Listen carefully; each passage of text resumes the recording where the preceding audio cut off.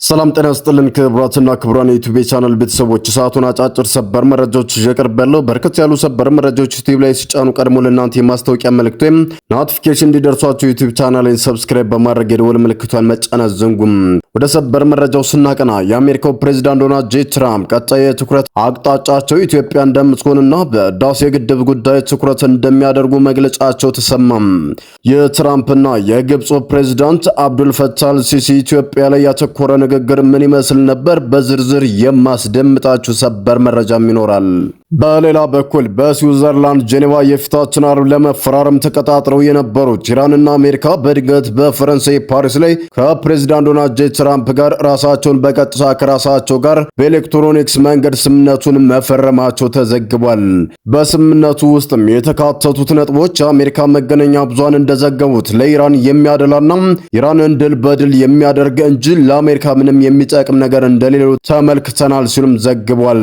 ትራምፕ ይህ ስምምነት ምርጥ ነው በማለት ያወደሱት ቢሆንም ነገር ግን ገና አልተጠናቀቀም ባይ ናቸው። በሌላ በኩል ኢራን ደግሞ ሙሉ በሙሉ ድል አውጃለች። አሜሪካ ላይ ታላቅ ድል ያስመዘግብንበት ከፍተኛ ጥቅም ያገኘንበት ስምምነት ተፈራርመናል ስትል ኢራን ያወጀች ሲሆን ከፍተኛ ታሪካዊ ድል ተመዝግቧል ስትልም ገልጻለች። የሁለቱንም ወገኖች መግለጫ በዝርዝር ማስደምጣችሁናል። እስከ ፍጻሜው ድረስ አብራችሁን ቆዩም። በቅድሚያም የአሜሪካው ፕሬዝዳንት ዶናልድ ጄ ትራምፕ ከዚህ በኋላ በቅድሚያ ሰጥቼ የምመለከተው የኢትዮጵያ ጉዳይ ነው፣ የኢትዮጵያ ታላቁ ህዳሴ ጉዳይ ቀጣይ የትኩረት አቅጣጫ ነው ሲሉ መናገራቸው ተሰምቷል። ፕሬዝዳንት ዶናልድ ጄ ትራምፕ ይህንን የተናገሩት በፈረንሳይ በተካሄደውና በትናንትናው ዕለት በተጠናቀቀው የቡድን 7 አባል ሀገራት ስብሰባ ወቅት ከግብፁ ፕሬዝዳንት አብዱል ፈታህ አልሲሲ ጋር ትናንት ምሽት በተገናኙበት ወቅትም ነው።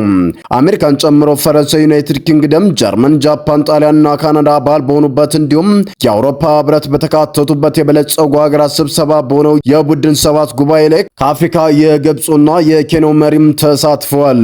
በዚህ ጉባኤ አጋጣሚ ትራምፕ ከግብፁ ፕሬዝዳንት አብዱል ፈታህ አልሲሲ ጋር በጋዜጠኞች ፊት ባደረጉት ውይይት በኢትዮጵያ የተገነባው ታላቁ የህዳሴ ግድብ ጉዳይ በግብፅ ላይ ችግር እየፈጠረ እንደሆነም አውቃለሁ ሲልም ተደምጸዋል።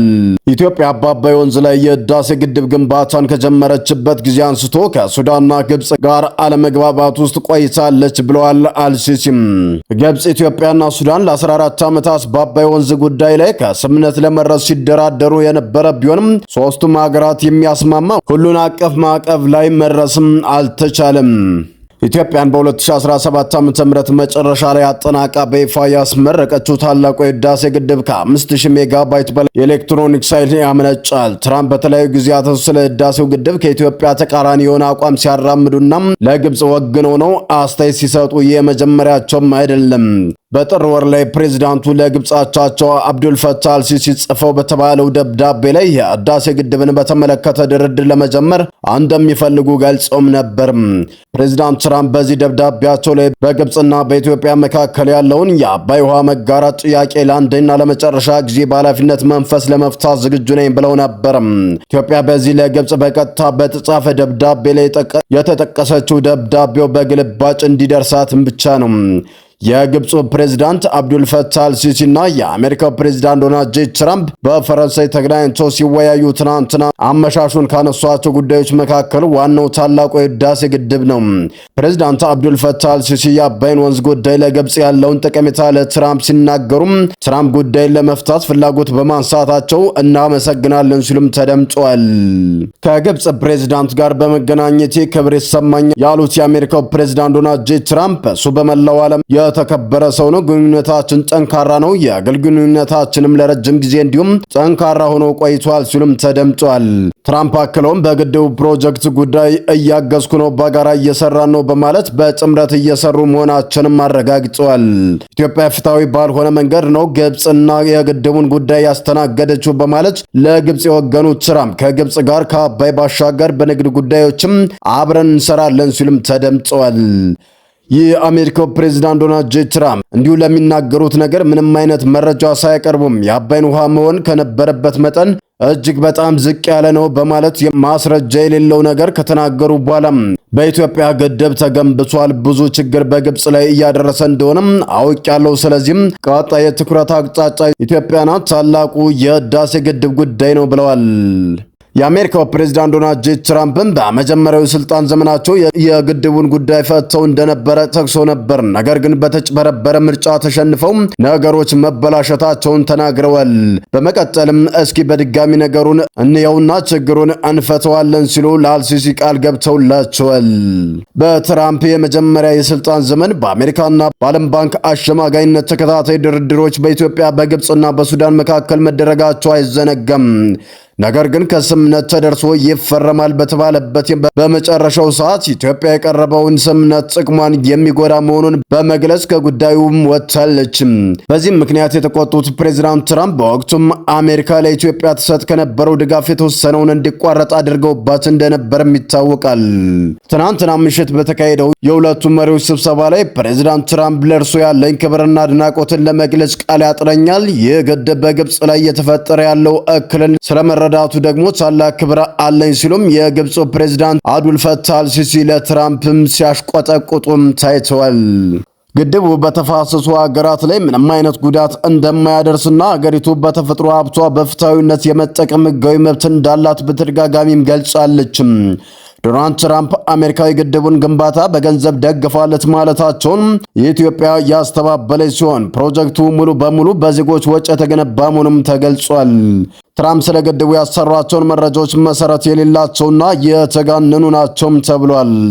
የግብፅ ክስ ቢኖርም ግድቡ ተጠናቆ ስራ ከመጀመሩ በኋላም ወደ ግብፅ የሚፈሱ የውሃ መጠን ፈጽሞ እንዳልቀነሰም መረጃዎችም አረጋግጧል።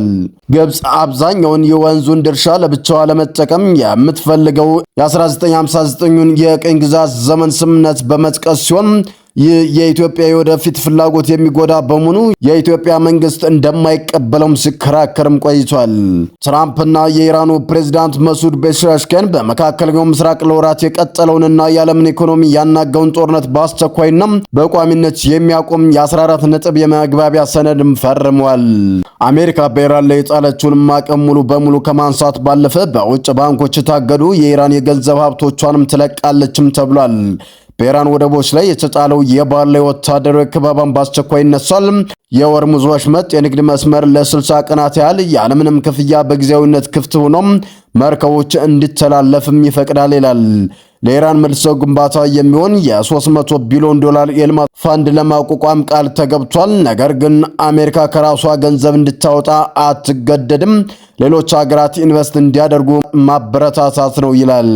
የኢራን ግዴታ ኢራን የኒውክሌር መሳሪያዎቿን እንደማትገዛ ወይም እንደማታለማ በድጋሚ ያረጋገጠች ሲሆን ያበለጸገችውን የዩራኒየም ክምችት ጉዳይ ግን ለጊዜውም ከውይይት ተዘሎ ወደፊት በሚደረግ ድርድር የሚወሰንም ይሆናል ይላል። የኢራን ባለስልጣናት ስምምነቱን የአሜሪካ ታሪካዊ ሽንፈትና ታላቅ የኢራን ድል አድርገው ማወድሰውታል። አሜሪካ መጀመሪያ ላይ ካስቀመጠቻቸው ጠንካራ ቅድመ ሁኔታዎች እንደ ኢራን ሙሉ በሙሉ እጅ መስጠት፣ የባላስቲክ ሚሳይሎችን ማቆም ወዘተም አንዱንም ሳታሳካ ስምምነቱን ለመፈራረም ተገዳለችም ብሏል። በትራምፕ ላይ አሜሪካን ያዋረደ ስምምነት ነው የሚል ከፍተኛ ትችት የቀረበባቸው ቢሆንም ትራምፕ ግን ስምምነቱን ጠብቀው ተከራክረዋል።